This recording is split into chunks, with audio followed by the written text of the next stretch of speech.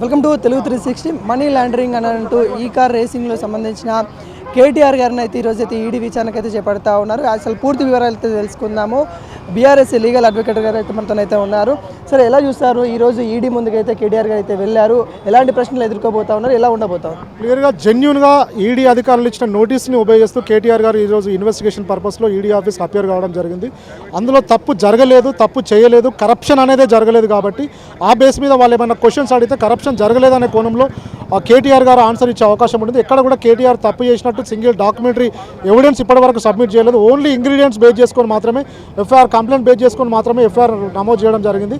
Basing on the FIR, basing on the transfer amount, మీరు అన్నట్టు foreign transactions కాబట్టి దాని మీద క్వశ్చన్స్ అడిగే అవకాశం ఉంటుంది. దాంట్లో ఆ కేటీఆర్ గారు ఫార్ములా ఈ కోసం జెన్యున్గా అగ్రిమెంట్ బేస్ చేసుకొని చేయడం జరిగింది తప్పటి ఎక్కడ కూడా మిస్అప్రోప్రియేషన్ ఫండ్స్ని చేయడం జరగలేదు. దానికి సంబంధించి ఇలా ఆన్సర్ ఇచ్చే అవకాశం ఉంది. కరప్షన్ జరగలేదని చెప్తా ఉన్నారు, కానీ ఆర్బీఐ రూల్స్ విరుద్ధంగా ట్రాన్సాక్షన్ జరిగినాయని కూడా ఒక స్టేట్మెంట్ వస్తూ ఉంది. ఎలా చూస్తారు? నిజంగా ఆర్బీఐ రూల్స్కి విరుద్ధంగా ట్రాన్సాక్షన్ జరిగినప్పుడు ఆర్బీఐని ఎగ్జామిన్ చేయాలి. ఆర్బీఐకి ఈడీ అధికారి కావచ్చు, కన్సల్ట్ ఏసీపీ కావచ్చు, ఒక లెటర్ రాసి నిజంగా జరిగిందా లేదా. వీళ్ళు బ్యాంక్ కూడా ఎవ్రీ నేషనల్ బ్యాంక్ ఆర్బీఐ రూల్స్కు లోబడే వాళ్ళు ట్రాన్సాక్షన్ చేయడం జరుగుతుంది. నిజంగా దానికి లోబడి చేశారా, దానికి వైలేట్ చేశారా, ఏమైనా ఫాలో కాలేదనేది వాళ్ళని ఎగ్జామిన్ చేసిన తర్వాత మాత్రమే తెలుస్తుంది. అది ఇన్వెస్టిగేషన్ ప్రాసెస్ జరుగుతుంది కాబట్టి దానికి సపోర్ట్ చేస్తున్నారు. దాని తర్వాత ఏమైతే చూద్దాం. ఎట్లా చూస్తారు? వెంటనే ఏసీపీ విచారణ తర్వాత ఈడీ విచారణ ఇవన్నీ జరుగుతూ ఉన్నాయి, ఎలా చూస్తారు? అంటే క్లియర్గా మేము హైకోర్టు, సుప్రీంకోర్టు అప్రోచ్ కావడానికి కారణం కేటీఆర్ గారు ఎక్కడ తప్పు చేయలేదు, ఎక్కడ కూడా కరప్షన్ చేయలేదు, ఎక్కడ కూడా ఫండ్స్ని తన సొంత అవసరాలకు వాడుకోలేదు. కాబట్టి దానికి సంబంధించి ఎక్కడ కూడా డాక్యుమెంటరీ ఎవిడెన్స్ అనేది వాళ్ళ దగ్గర లేవు. అంటే ఓన్లీ కంప్లైంట్ ఇవ్వడం జరిగింది తప్ప దానికి సపోర్ట్గా అంటే బిఎన్ఎస్ఎస్ యాక్ట్ ప్రకారం కూడా డాక్యుమెంటరీ ఎవిడెన్స్ అనేది చాలా మస్ట్ అండి. ఇక్కడ రూల్స్ ఫాలో కాలేదనేది అది ఆ ఫైనాన్స్ డిపార్ట్మెంట్కి సంబంధించి, బ్యాంకులకు సంబంధించి, ఇంటర్నేషనల్ బ్యాంకులకు సంబంధించిన ఇష్యూస్. అది ఆ ఇష్యూస్కు కేటీఆర్గా ఎలాంటి సంబంధం లేదు.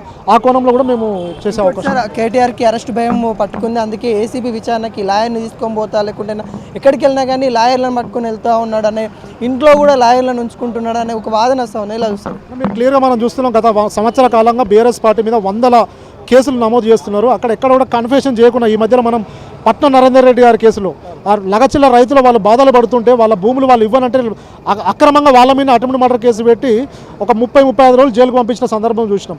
కేటీఆర్ గారు చెప్తేనే చేసినాను, ఆయన కన్ఫెషన్ చేయకుండా నరేందర్ గారు పోలీసు వాళ్ళకి చెప్పకుండా చెప్పినట్టు రాసుకున్నారు. కాబట్టి ఇక్కడ డౌట్స్ అనేటివి, లీగల్ డౌట్స్ని క్లారిఫై చేయడానికి కేటీఆర్ గారికి కాదు, ఇండియాలో ఉన్న ప్రతి సిటిజన్కి ఫండమెంటల్ రైట్ అది. ఆ రైట్ని తను వాడుకుంటున్నాడు. లీగల్ డౌట్స్ వస్తే నాకు క్లారిఫికేషన్ చేయడానికి మాత్రమే అడ్వకేట్ కావాలని తను రిక్వెస్ట్ చేయడం జరుగుతుంది. ఇంకోటి వార్తలు వస్తూ ఉన్నాయి, కేటీఆర్ గారు రేపే అరెస్ట్ అవుతారు, ఈ రోజు అరెస్ట్ అవుతారు, సాయంత్రం అరెస్ట్ అవుతారు, ఈడీ విచారణ జరుగుతుంది, ఏసీబీ విచారణ జరుగుతుంది, ఇలా వదంతాలు వస్తూ ఉన్నాయి. ఏం చెప్పదలుచుకున్నారు? నిజంగా అరెస్ట్ అవుతారా? మీ ఛానల్ ద్వారా కూడా క్లియర్ చెప్తున్నాండి. సుప్రీంకోర్టు కావచ్చు, హైకోర్టు క్లియర్గా చెప్పింది, అది ఇన్వెస్టిగేషన్ జరగలేదు, ఇన్వెస్టిగేషన్ అనేది పెండింగ్ ఉంది. కాబట్టే మేము ఆ పిటిషన్ హైకోర్టు డిస్మిస్ చేస్తున్నామని క్లియర్గా చెప్పింది. ఇన్వెస్టిగేషన్ జరగనప్పుడు అరెస్ట్ ఎలా ఉంటుంది? ఇన్వెస్టిగేషన్ కానప్పుడు అరెస్ట్ చేసే రైట్ ఏ అధికారికి ఉంటుంది?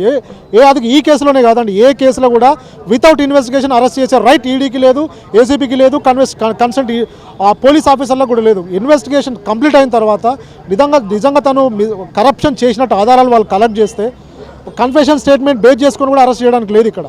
కాబట్టి ఇన్వెస్టిగేషన్ తర్వాత మనం ఏం జరుగుతుందో చూడాలి తప్ప ఇప్పుడే కొన్ని మీడియా ఛానల్ రాస్తున్నాయి అరెస్ట్ చేస్తారో. ఇన్వెస్టిగేషన్ పెండింగ్ ఉన్నప్పుడు అరెస్ట్ చేసే రైట్ ఎవరికి లేదండి, క్లియర్. అది ఇన్వెస్ట్మెంట్ అయిపోయిన తర్వాత అరెస్ట్ అయ్యే ఛాన్సెస్ ఏమైనా కనబడతా ఉన్నాయి? నిజంగా డాక్యుమెంటరీ ఎవిడెన్స్ బేస్ చేసుకొని ఇన్వెస్టిగేషన్ అధికారి రైట్ అది.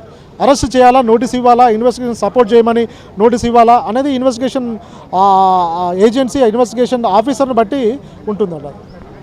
ఈరోజు అయితే విచారణ అయితే చేస్తూ ఉన్నారు. ఇక సాయంత్రం వరకు అయితే ఏ సంగతి అనేది కూడా మనకి తెలిసే ప్రయత్నం అయితే కనబడతా ఉంది.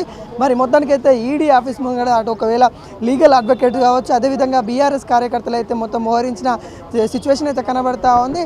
ఆర్బీఐ నిబంధనలను అక్రమంగా అక్కడ ఏదైతే నిబంధనలు ఉన్నాయో వాటిని అన్నింటినీ ఉల్లంఘించి ట్రాన్సాక్షన్ చేశారన్నట్టు కూడా చెప్తాను. కాకుండా లాయర్లు చెప్తున్న సిచ్యువేషన్ ఏంటంటే అక్కడ తన సొంత లాభానికి అయితే ఎక్కడ యూజ్ చేయలేదు అన్నట్టు కూడా వాళ్ళ లీగల్ సెల్స్ అయితే చెప్తున్న సిచ్యువేషన్ అయితే కనబడతా ఉంది.